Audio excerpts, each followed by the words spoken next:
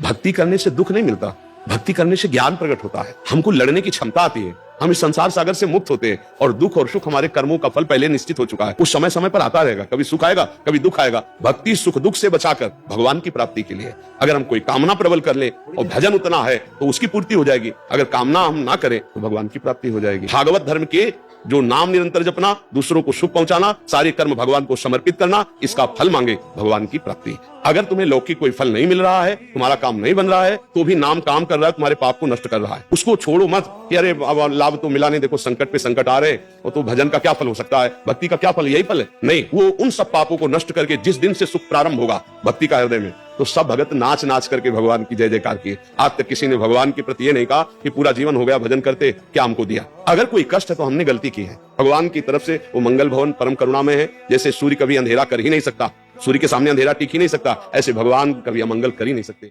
मत्तः परतरम नान्यत् किंचित् अस्ति धनंजय, ये बात इतनी जोर की है, हम कैसे ये जीवन मुक्त कर देगी। समस्त दुखों से निपटने का एकमात्र उपाय, तुम समस्त चराचर जीवों में भगवान को देखना शुरू कर दो। बहुत बड़ी बात है ये। हमारा क्रोध, हमारा काम, हमारा लोभ, हमारा मोह, मद मत्सर कुछ नहीं बिगाड़ सकता, क्योंकि हम जहां देखेंगे अपने प्रीतम, तो उनसे काम भावना होगी क्या, उन पर गुस्सा, अपने प्यारे से गुस्सा होगी क्या, प्यारे के रूप, प्यारे के नाम, प्यारे की लीला से बढ़कर कोई लाभ होगा क्या। तो जहां जहां मन जाए वहां से हटा करके अपने प्रभु में लगाओ, या जहां जहां मन जाए वहीं प्रभु की भावना करो, ठीक हो जाएगा। जैसे आपको किसी ने गाली दी, आप चुपचाप सह गए, तो अपना समय बचा लिया, आगे तो आप द्वेष नहीं बढ़ाए, आपका हृदय थोड़ी देर जलेगा पर वो शांत हो जाएगा। पर वो शांत नहीं हुआ, जो कर्म उसने गाली देने का किया है उसको अवश्य दंड मिलेगा। जो दंडधारी है, प्रभु है, उसे अवश्य दंड देंगे।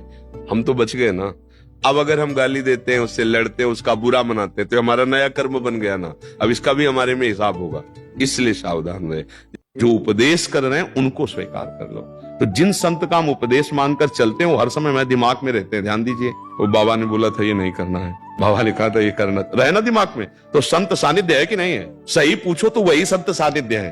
प्रगट में तो आप 2 मिनट, 10 मिनट, 5 मिनट, लेकिन दिमाग में आप हर समय सानिध्य। सच्चा सत्संग वो है जो हर समय आपके दिमाग में उनकी बात रहे। तो ऐसा ना समझे कि हम संत सानिध्य नहीं कर पाएंगे। संत सानिध्य मतलब कहा गया है दिन रात सत्संग करो, कि भक्ति कर दीप प्रेम करी बाती, साधु संगति करी अनुदिन राती।